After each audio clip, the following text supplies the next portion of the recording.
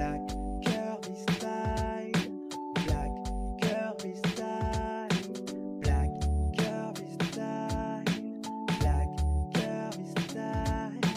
Oh. Premier gossip qui nous vient d'Aka Babe.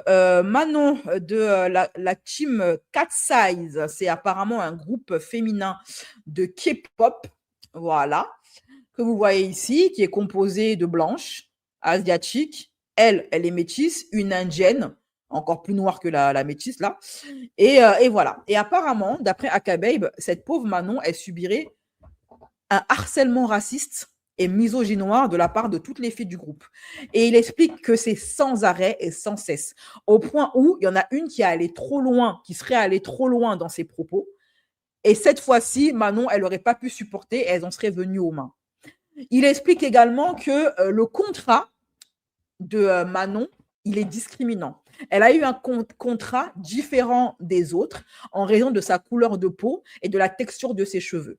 Voilà. Après, on va encore dire que les femmes noires, elles se victimisent. Hein. Très bien. Allez, c'est parti. D'après une proche de Manon, c'est vrai. Pourquoi Hybe a mis Manon de Cat's Eye en pause? Vous voulez vraiment savoir? Vous voulez vraiment savoir? Je sais pas qui c'est donc. Moi non plus. En gros, c'est un groupe. Toutes ces filles-là ne se connaissent pas. Et en gros, elles ont gagné un télécrochet. Et vu qu'elles ont toutes gagné, le groupe s'est formé. C'est toutes des gagnantes de ce télécrochet. Ok. Hein? Et en gros, elles sont toutes jalouses les unes contre les autres. Ok. Des bagarres, des insultes. Ok.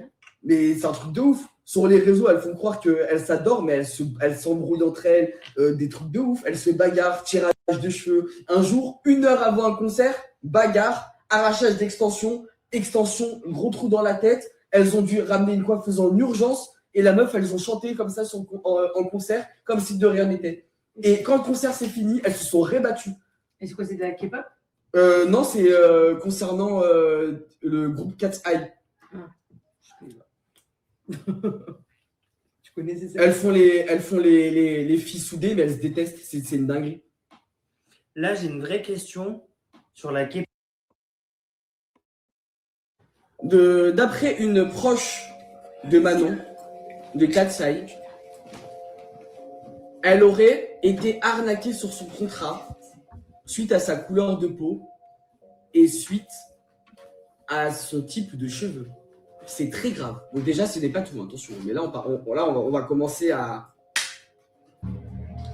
Manon de Cat's Eye aurait été arnaquée sur son contrat, déjà à sa signature, suite apparemment à sa couleur de peau et à son type de cheveux. Son type de cheveux, déjà, c'est une dinguerie de dire type de cheveux, déjà. Ça t'insinue quoi, déjà? Mais ce n'est pas tout. Il y aurait eu des tensions entre elle et d'autres membres de la Team Cat's Eye. Rivalité, jalousie, insultes. Il y aurait eu également des propos et des comportements très misogynoires envers Manon. D'accord? Donc en Big 2026, on en est là. Supplément, un soir de tournée. Pourquoi sur Instagram je vous avais dit bagarre et compagnie? Un soir de tournée pour éviter tout problème juridique et tout problème judiciaire et compagnie. Et mon avocate est déjà très tendue. Je ne vais pas dire la personne avec qui elle s'est battue. Voilà, comme ça c'est dit.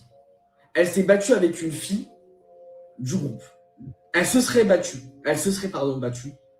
avec une fille du groupe. D'accord?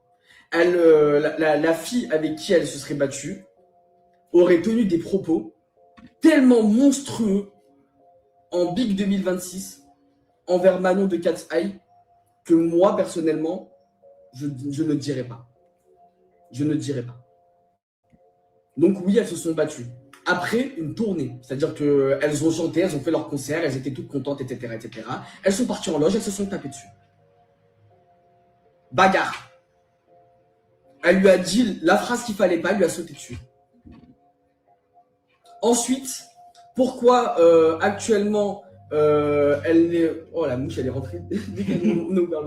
Pourquoi actuellement elle ne voudrait plus trop être dans cette team de Cat's Eye? C'est parce qu'elle sent qu'elle n'est pas à sa place. Elle sentirait du moins qu'elle ne serait pas à sa place. Et elle aurait bien compris que dans tous les cas, mieux vaut être seule que mal accompagnée.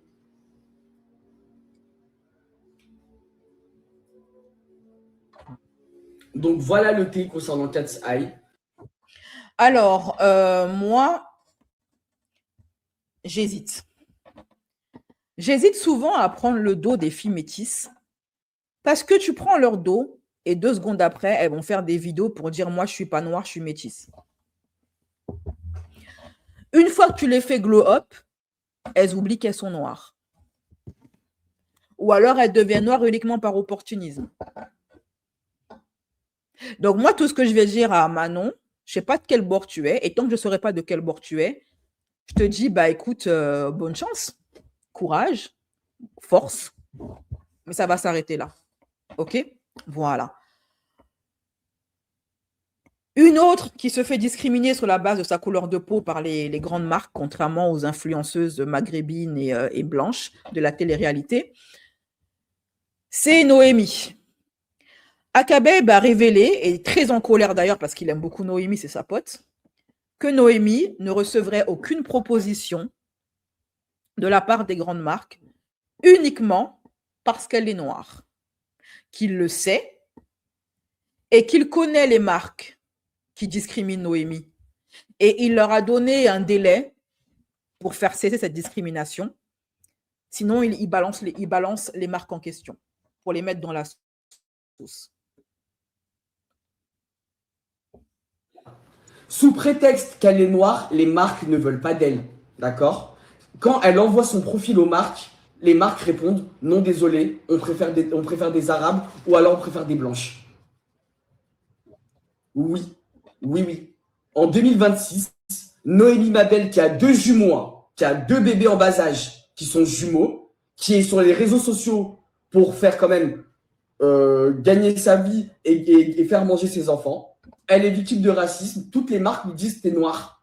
On veut pas de toi, t'es noir. » C'est normal. Moi, personnellement, je suis Aquabeb, je profite de ma visibilité, je profite de ma notoriété pour en parler. On est en 2026, les gars. Marque ou pas marque, il n'y a pas de racisme.